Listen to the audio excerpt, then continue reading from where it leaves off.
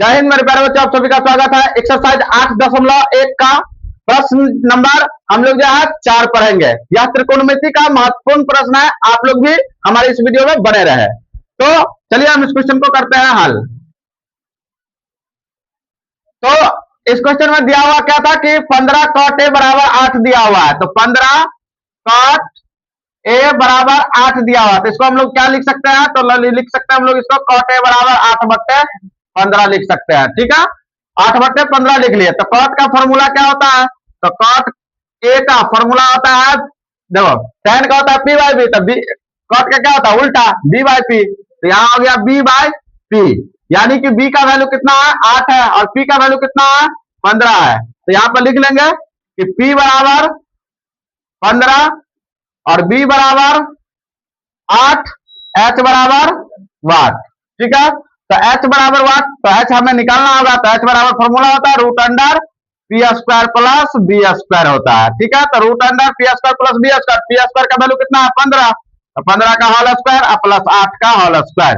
तो यहाँ आ जाएगा कितना? 15 15 225 प्लस 18 8 8 64 है ना। तो यहाँ कितना हो जाएगा? 5 4 9 6 2 8 2 यानी 289। तो इसलिए हम लोग लिखेंगे यहाँ एच का वैल्यू कितना आ जाएगा जी? तो यहाँ 289 का वर्गमूल कितना होता है? 17, तो यानी कि 17 सेंटीमीटर हमारा जो है एच का वैल्यू आ गया। अब हमें निकालना क्या है? तो निकालना हमें साइन ए, तो लिखेंगे यहाँ पे साइन ए बराबर, साइन का वैल्यू क्या होता है? पी बाई एच होता है, पी बाई एच होता है। तो पी बाई एच, पी का वैल्यू कितना है तो हम लोग देख लेंगे, है ना। तो पी का वैल्यू हमारे पास कितना है? पी का वैल्यू, तो पी का वैल्यू 15, तो यहाँ लिखेंगे 15। एच का वैल्यू कितना? तो एच का वैल्यू आया 17, तो यहाँ लिखेंगे हम लोग 17, है ना।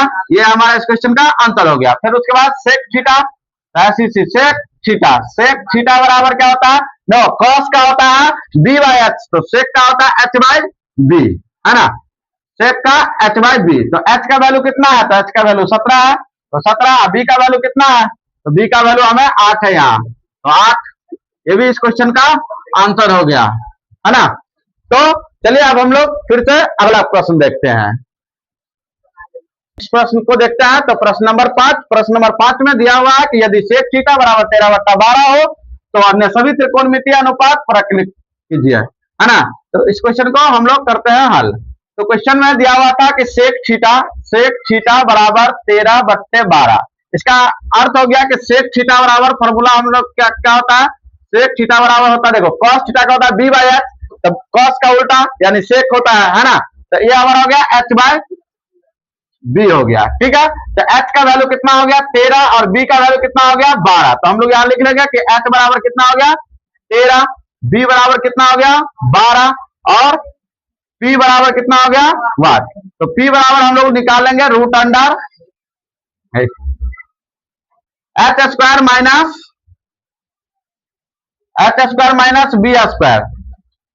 तो एच स्क्वायर, तो एच का वैल्यू कितना है? 13, तो 13 का स्क्वायर माइनस बी का वैल्यू कितना है? 12, तो 12 का स्क्वायर। ठीक है, 13 का स्क्वायर करेंगे तो 13 3 169, 12 बरहन 144, है ना। 169 में से 144 को घटा देंगे, कितना आ जाएगा? 9 में से 4 गया तो 5, 6 में से 4 गया तो 2, यानी कि 25 आ गया, है ना। तो इसीलिए पी का वैल्यू कितना? 5। ठीक है, पी का वैल्यू कितना आ गया? 5 सेंटीमीटर। ठीक है, अब हमें यहाँ कह रहा था कि सभी त्रिकोणमितीय अनुपात प्रकलित करना है।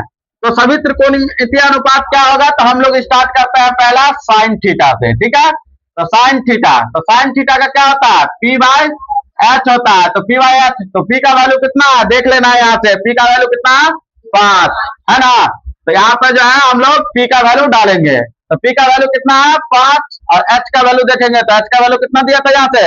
एच का वैल्यू 13, है ना। तो यहाँ हम लोग लिखेंगे 13।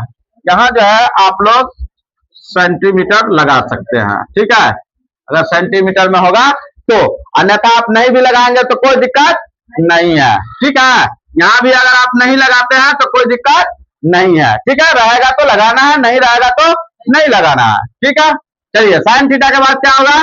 कॉस थीटा, है ना। कॉस थीटा का क्या होता है? B by h. तो बी का वैल्यू हम लोग देख लेंगे यहाँ से, बी का वैल्यू कितना है? 12, तो यहाँ लिखेंगे हम लोग 12 और h का वैल्यू कितना है 13, यहाँ लिख लेंगे हम लोग 13। ठीक है, cos के बाद देखो sec यहाँ दिया ही हुआ था तो sec को कोई लिखने का जरूरत नहीं है, sec थीटा का हमको वैल्यू पता ही है। तो साइन हो गया, cos हो गया, उसके बाद हम सब जाते हैं tan पे। ठीक है, तो हम लोग यहाँ लिखेंगे tan थीटा। तो tan थीटा बराबर फॉर्मूला क्या होता है P/B। ठीक है, तो P का वैल्यू जो होता है वो 5 दिया हुआ है और B का जो वैल्यू दिया है वो 12 दिया हुआ है। ठीक है, tan के बाद हम लोग चले जाते हैं cot थीटा। तो cot थीटा का होता है क्या B/P। हल्के बोलो, cot थीटा का क्या होता है B/P।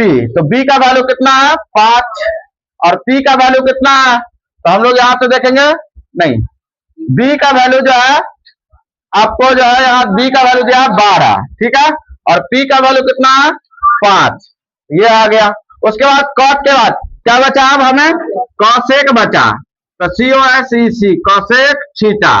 तो cosec का क्या होता है H/P। तो H/P, तो H/P का कितना हो गया 13/5। ये हमारा जो है सभी त्रिकोणमितीय अनुपात है ना। तो ये हमारा इस क्वेश्चन का आंसर हो गया। तो फ्रेंड्स आप लोग अभी तक हमारे चैनल को सब्सक्राइब नहीं किया है तो चैनल को जरूर सब्सक्राइब कर दीजिए। अगर फेसबुक पर देख रहे हैं तो फॉलो जरूर करिए, अपने फ्रेंड्स को भी शेयर कीजिए। थैंक यू, जय हिंद, जय भारत।